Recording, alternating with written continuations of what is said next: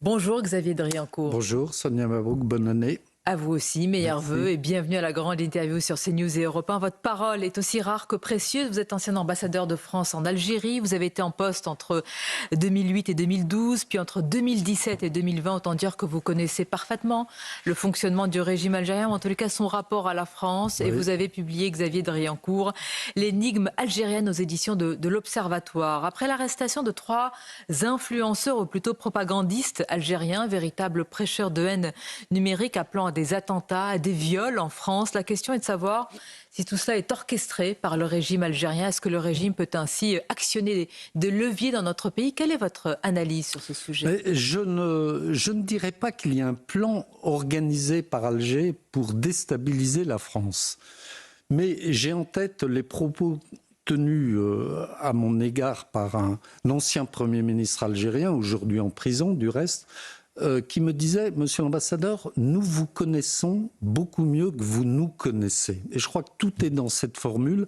Donc je ne crois pas qu'il y ait de plan organisé à Alger, mais le fait est que les Algériens ont des relais en France. On y reviendra peut-être, mais il y a un certain nombre de relais. Et quand j'entends le ministre des Affaires étrangères français dire qu'il a des doutes vis-à-vis de l'Algérie, vis-à-vis des bonnes intentions de l'Algérie, je crois que l'heure n'est plus au doute, l'heure est à la certitude. Mais comment expliquer alors notre naïveté dans la phrase que vous citez de cet ancien responsable algérien? Nous vous connaissons, ça veut dire on connaît votre faiblesse? Nous connaissons, nous avons des réseaux en France, nous avons des relais en France, parce qu'il y a quand même 6 millions, 7 millions d'Algériens, franco-algériens en France. Il y a des relais, il y a les consulats, il y a 20 consulats algériens en France, alors que nous en avons que 3 en Algérie. Il y avait 18 consulats algériens. Monsieur Darmanin en a octroyé 2 supplémentaires quand il était ministre de l'Intérieur, sans aucune contrepartie de l'Algérie. Alors que nous demandions un certain nombre de choses pour l'ambassade de France à Alger. Donc effectivement, il y a des relais algériens en France. Et puis, il y a 10% de la population française qui a un lien avec l'Algérie, ce qui explique beaucoup de choses. Mais comment expliquer notre pusillanimité par rapport à l'Algérie? Notre faiblesse, certains disent, avec des mots forts, que nous sommes un paillasson sur lequel le régime s'essuie les pieds. Non, je n'irai pas jusque-là non plus, mais je dirais encore une fois que l'Algérie, c'est de la politique étrangère et de la politique intérieure.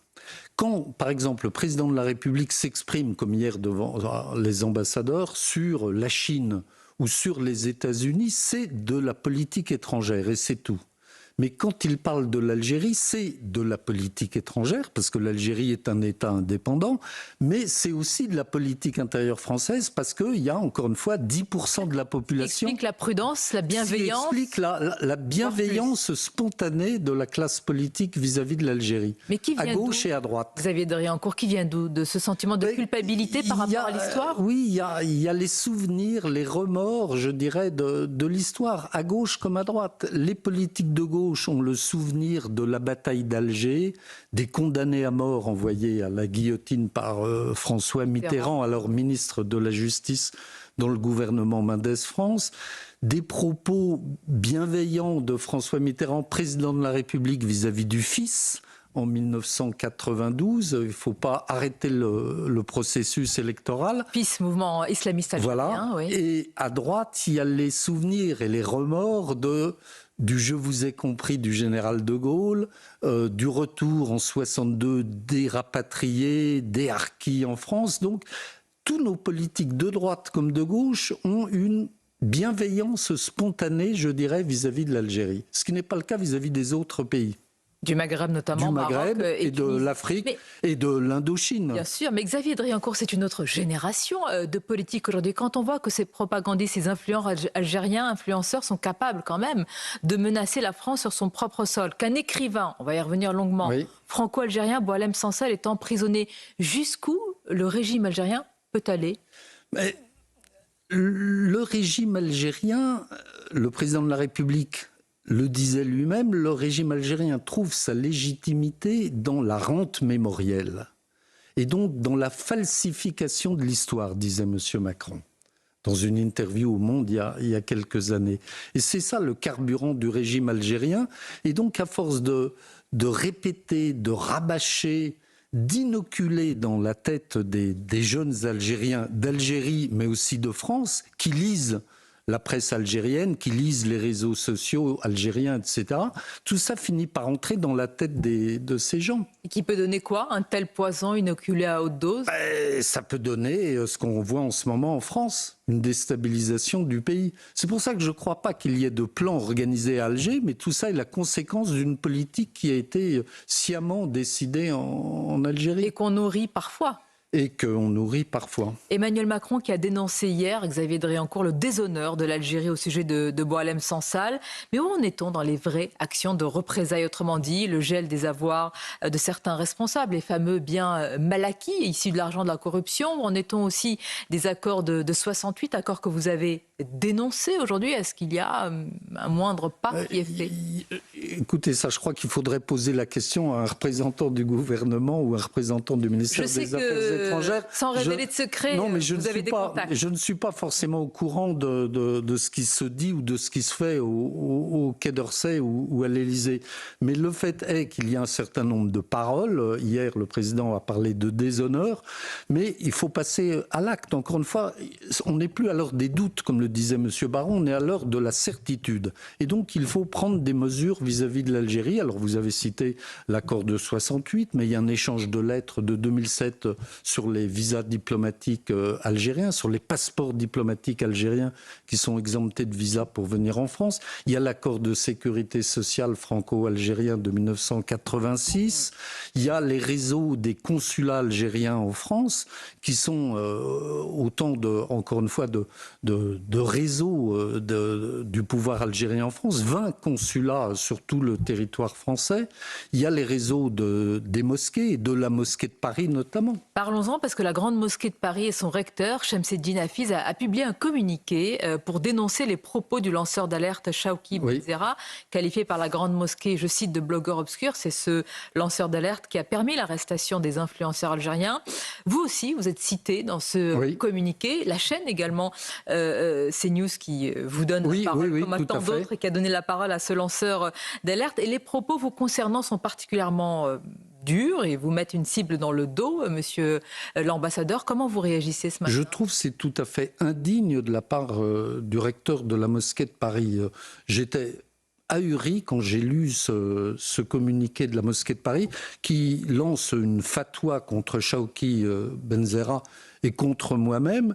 Et je crois que je reprendrai ou je paraphraserai le recteur en reprenant ses propos et en disant qu'il fait preuve je crois que sa formule, il est connu pour son hostilité aveugle contre le pays dans lequel il est en fonction. Donc je dirais au recteur qu'il s'occupe de religion, mais qu'il ne fasse pas de politique. Il n'est pas l'ambassadeur officieux de l'Algérie. Et pour faire un parallèle, le cardinal archevêque d'Alger, Monseigneur Vesco, s'occupe de religion et s'occupe fort bien des catholiques, des rares catholiques qui restent en Algérie, mais ne fait pas de politique et ne vient pas chercher ses ordres à l'Élysée. Autrement dit, le recteur serait donc un agent d'influence. C'est évident, mais il ne s'en cache pas. Avec tout ce que vous venez de dire et avec votre connaissance, votre expérience, je le rappelle, vous avez aussi parlé de ce pourcentage quand même important de la population ici en France qui a un lien direct ou indirect avec l'Algérie. Que craignent en réalité les autorités françaises selon vous, au-delà de ces leviers, de ces propagandistes et influenceurs algériens? Est-ce qu'ils craignent des réactions plus importantes d'une partie de la population? Il y a effectivement la population algérienne en France, il y a cette bienveillance spontanée dont je parlais tout à l'heure, et puis on craint aussi des réactions de l'Algérie, du pouvoir algérien qui fait aujourd'hui l'objet d'une sorte de fuite en avant avec l'arrestation de Boualem Sansal. Celle-ci s'inscrit dans un continuum d'une très forte dégradation de la relation franco-algérienne depuis 6 mois, depuis la reconnaissance de la marocanité, comme on dit, du Sahara occidental, depuis la visite du président Macron à Rabat, visite d'État du reste. Il y a eu l'attribution du prix Goncourt à Kamel Daoud, et tout ça fait que le pouvoir algérien voit un complot. Un complot franco-maroco-sioniste, comme ils disent. Donc voilà, il y a l'idée d'un complot et il faut réagir face à ce complot. Et l'arrestation de Boualem Sansal s'inscrit dans cette dégradation continue de notre relation avec l'Algérie. Relation qui d'ailleurs n'a jamais été simple depuis 1962. Il y a toujours eu des hauts et des bas. Mais aujourd'hui, on est dans une période baissière depuis 1962. Et un homme en est l'otage. C'est un prisonnier politique aujourd'hui ? Boualem Sansal est pris en otage par les autorités algériennes. Il faut rappeler, Sonia Mabrouk, qu'il y a 30 ans, l'Algérie était l'intermédiaire entre l'Iran et les États-Unis au moment de la prise d'otage de l'ambassade d'Iran, de l'ambassade des États-Unis à Téhéran. Et aujourd'hui, l'Algérie, elle n'est plus médiateur. L'Algérie, elle est preneur d'otages. Elle est du côté des preneurs d'otages et des groupes terroristes qui prenaient en otage les Américains. Comment on réagit face à un preneur d'otages alors ? Comment réagit-on ? C'est de la discussion, c'est de la négociation, mais de temps en temps, il faut faire preuve de force. Il y a 30 ans exactement, il y avait eu la prise d'otage de l'Airbus d'Air France à l'aéroport d'Alger. Il y a eu au début de la négociation, de la discussion avec les preneurs d'otages, et puis à la fin, ça s'est terminé par un assaut. Donc voilà, il faut pouvoir utiliser les deux aspects. La question en toile de fond, Xavier Driancourt, c'est aussi celle de l'immigration. Immigration incontrôlée. Le ministre de l'Intérieur, Bruno Retailleau, ce matin, affirme qu'il faut un référendum pour reprendre le contrôle.